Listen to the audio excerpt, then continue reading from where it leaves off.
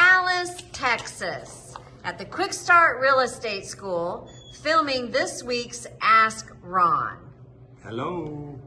So the first question for this week's Ask Ron is from Gary in Utah. Hey, Gary. You And should he- be here, Gary. We're having a blast. We've got a great group of people in here, and they're learning a lot this week. And the weather's beautiful outside, and this is where you all should be in this 4-day event called Quick Start Real Estate School if you want to do the business. All right, so Gary's question is, in a recorded terms training class in the live seller calls part, Lynette was talking to a seller who stated they had an in-ground oil tank that leaked and the state was making the owner clean up. Yep. Lynette stated that that was no problem and they still wanted to buy the property. Is this a concern? Yeah, it's definitely a concern for me because I want to know the extent of that and what the cost is going to be, because the EPA will absolutely make the current owner and all past owners, until they get that thing cleaned up, are responsible for that oil leak. It's an environmental problem, and I would not buy the property without knowing what the extent of that was. Of course, she was telling the seller that just to get the seller to cooperate, but honestly, after that contract signed, now I've got to go to work verifying what the problem really is. Okay. That doesn't mean we're going to buy the property. That doesn't mean we're not. Because an oil tank is probably an oil tank outside that had fuel in it. Okay? If it leaked right straight down on the ground. It probably didn't even spread. So cleaning up that might not be nothing more than digging a big hole in it around there and filling it in and let it pass their scrutiny. I don't know till we find out. And you can hire professionals to come out and tell you what's got to be done. Okay, so we have another question from Gary in Utah.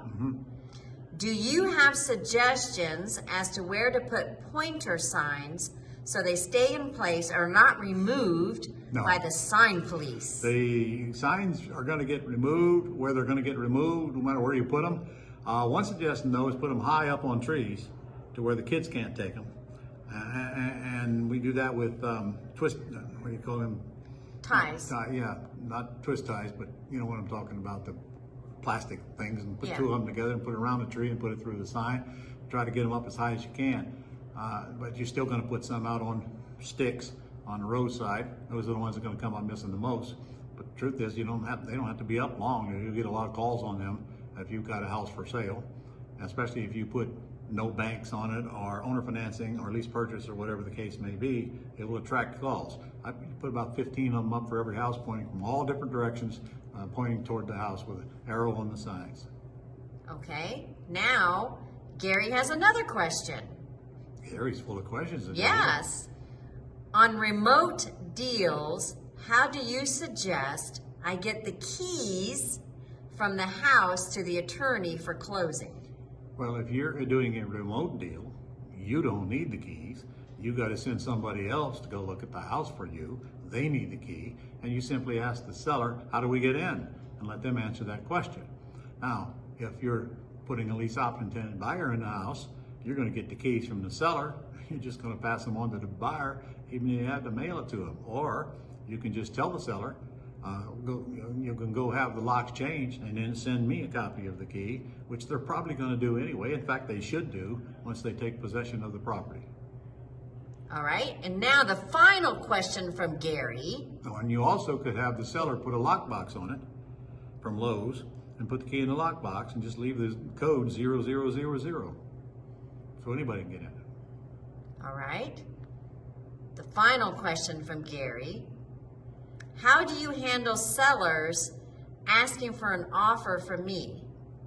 I don't know if that has to do with the remote. That question means you haven't been trained on how to read our scripts, to where we ask the sellers questions and they give us the answers, thus making us an offer.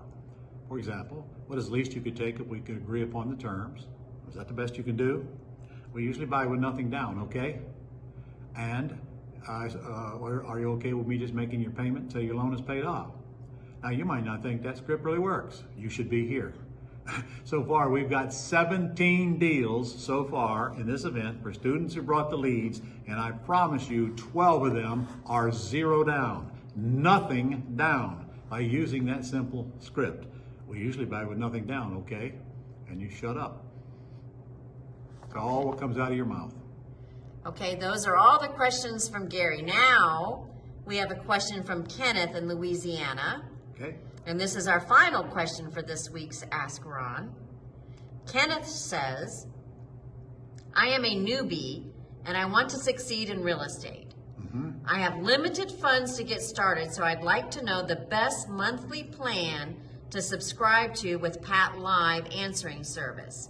Is this service a necessity starting out or something to add once I have bought a property? Well, I want you to subscribe as soon as you can because that's the service that takes all your inbound calls from sellers and buyers.